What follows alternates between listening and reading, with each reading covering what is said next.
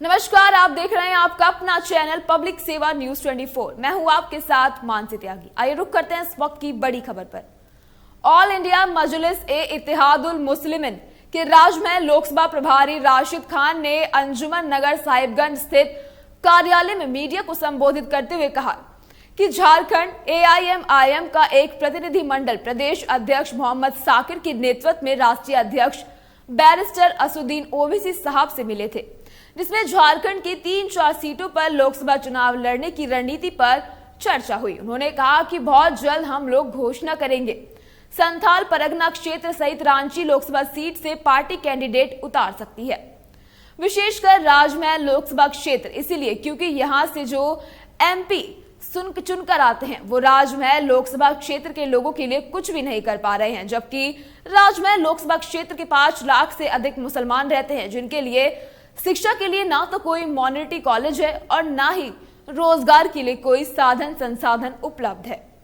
प्रत्याशी उतरने की बात पर उन्होंने कहा कि 3-4 दिग्गज चर्चित नेताओं से बातचीत चल रही है। उक्त मौके पर प्रदेश कार्यकारिणी सदस्य काजी अब्दुल मुकीत ने कहा कि राजमहल लोकसभा क्षेत्र में जो 5 लाख से अधिक माइनॉरिटी वोटर हैं, उनका कोई रहनुमा दुख सुख का साथी नहीं है। हमें हक हुकुम की लड़ाई लड़ने वाले सही जनप्रतिनिधि को चुनना है जो हमारी आवाज को उठाए, जिसके लिए हमारी पार्टी एआईएमआईएम की तरफ से राजमहल लोकसभा क्षेत्र में प्रत्याशी दिए जाने पर विचार विमर्श कर रही है।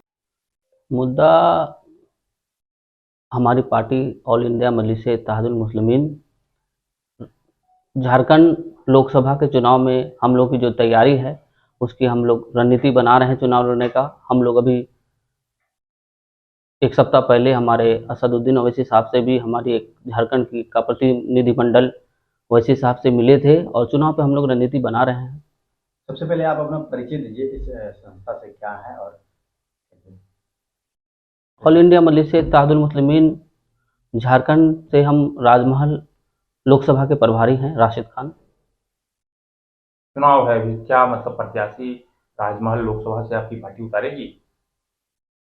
राजमहल लोकसभा क्षेत्र ही नहीं, इसके अलावा संथाल परगना क्षेत्र में गोड्डा वगैरह और रांची पर भी हम लोगों की नज़र है। विशेषकर राजमहल लोकसभा क्षेत्र इसलिए क्योंकि यहाँ से जो सांसद जीत कर आते हैं वो जिनके वोटों से जीत कर आते हैं उनके लिए कुछ नहीं कहते। अब देखिए ना, यहाँ से जो स्थानीय एक विधायक है वो बार बार यहाँ के लोगों को, जो राजमहल लोकसभा क्षेत्र में 5 लाख से अधिक मुस्लिम रहते हैं, उनको बांग्लादेशी कहते हैं कि बांग्लादेश से घुसपैठ करके आए हैं। तो हम कहते हैं ना कि केंद्र में भी आपकी सरकार है, सर्वे करवा लीजिए, देख लीजिए कि कितना बांग्लादेशी राजमहल लोकसभा क्षेत्र में रहते हैं। हाँ, यहाँ के लोग जो राजमहल लोकसभा क्षेत्र में रहते हैं साहिबगंज जिला और पाकुड़ में, जो कि बांग्ला भाषी लोग हैं, बांग्ला बोलते हैं, बांग्ला भाषी लोग हैं और ये उस समय से रहते हैं। हम आपको लेकर के चलते हैं नवाब सिराजुद्दौला का समय। वो समय याद कीजिए जब यहाँ के नवाब हुआ करते थे, नवाब Sirajuddaula. On that time in past यही राजमहल क्षेत्र एक समय बंगाल का जो है राजधानी हुआ करती थी, ठीक ही नहीं। उस समय से ये बांग्ला भाषी लोग यहाँ पर रहते हैं और मेजोरिटी में रहते हैं।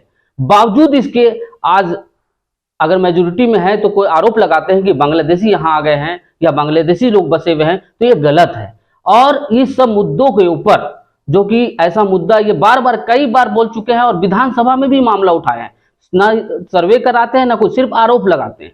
तो इस आरोप को लेकर यहाँ के सांसद महोदय के मुंह से एक भी आवाज भी नहीं निकलती है, सांप सूंघ जाता है। जिन लोगों का वोट लेकर आते हैं, जीतते हैं, और उसके समर्थन में आप करना तो दूर की बात, कुछ बोलते नहीं है, तो ऐसे लोगों की क्या जरूरत है। हम लोग कुछ ऐसे लोग की तलाश में है जो अच्छे इन लोगों के लिए कुछ करें या कुछ बोलें, और क्या। आपकी पार्टी से किन्हें जो है प्रत्याशी किन्हें मन बनाएगा? आपके ही समुदाय से आएंगे या फिर कुछ अन्य लोगों से भी कुछ ऐसे कैंडिडेट आप चूज कर रहे हैं? हमारे पास बड़े बड़े चेहरे आ रहे हैं चुनाव लड़ने के लिए, ये जान लीजिए। तो हम लोग अभी उसमें रणनीति बना रहे हैं। अब देखिए जो डिसीजन होगा लिया जाएगा फैसला। अभी तक क्लियर नहीं हो पाएगा प्रत्याशी कौन रहेगा? नहीं, बात 2-3 लोगों से चल रही है। अभी आपने कहा बंगला घुसपैठी की बात, जी, हमारे भाई लोग जो हैं, हाँ, तो उसके हक के लिए आपकी पार्टी क्या करेगी? कैसे उसे मतलब हक दिलाएगी? देखिए यहाँ पर हजारों साल से रहते हैं, बांग्ला भाषी है तो इसका मतलब ये नहीं है, बांग्ला भाषी तो इसलिए है बिकॉज दिस इज मतलब बॉर्डर है, ये बांग्लादेश का लगा हुआ पुराना, और ये क्षेत्र जो है राजमहल, ये बंगाल की राजधानी भी रही है, इसलिए बांग्ला भाषी लोग हैं। अब बांग्ला भाषी है तो इसका मतलब ये नहीं है ना, अब हमारे संविधान में यह है कि क्षेत्राधिकार है हम लोगों के पास, पूरे हिंदुस्तानियों को है क्षेत्राधिकार का, है ना, कि एक हिंदुस्तानी हिंदुस्तान के किसी कोने में भी निवास कर सकता है। क्या यहाँ का आदमी जाकर के कश्मीर में नहीं रह सकता है? बताइए, यहाँ का आदमी हरियाणा में नहीं रह सकता है, चंडीगढ़ में नहीं रह सकता है, असम में नहीं रह सकता है? अगर जाएगा वहां तो क्या मतलब है, उसको वहां का लोग रोकेगा या बांग्लादेशी कहेगा? आपकी पार्टी उसे इस बातों से कैसे मुक्त करेगी? क्या हम लोग विरोध करेंगे, हम कहेंगे कि आप अपना या तो सच्चाई को सामने लाइए, आप सर्वे या तो करा लीजिए, या नहीं तो आप आरोप लगाना बंद कीजिए। सर्वे कराने में क्या हर्ज है? हम लोग तो इसके दूर विरोधी हैं। ऐसा क्या कारण है? शुरू से रहे हैं। क्या रीजन रहा है? रीजन क्या? आज जो हमारे हिंदुस्तान में इतनी आबादी में मुस्लिम आबादी रहती है और इनको जो है हमेशा डेमोरलाइज किया जाता है भारतीय जनता पार्टी से।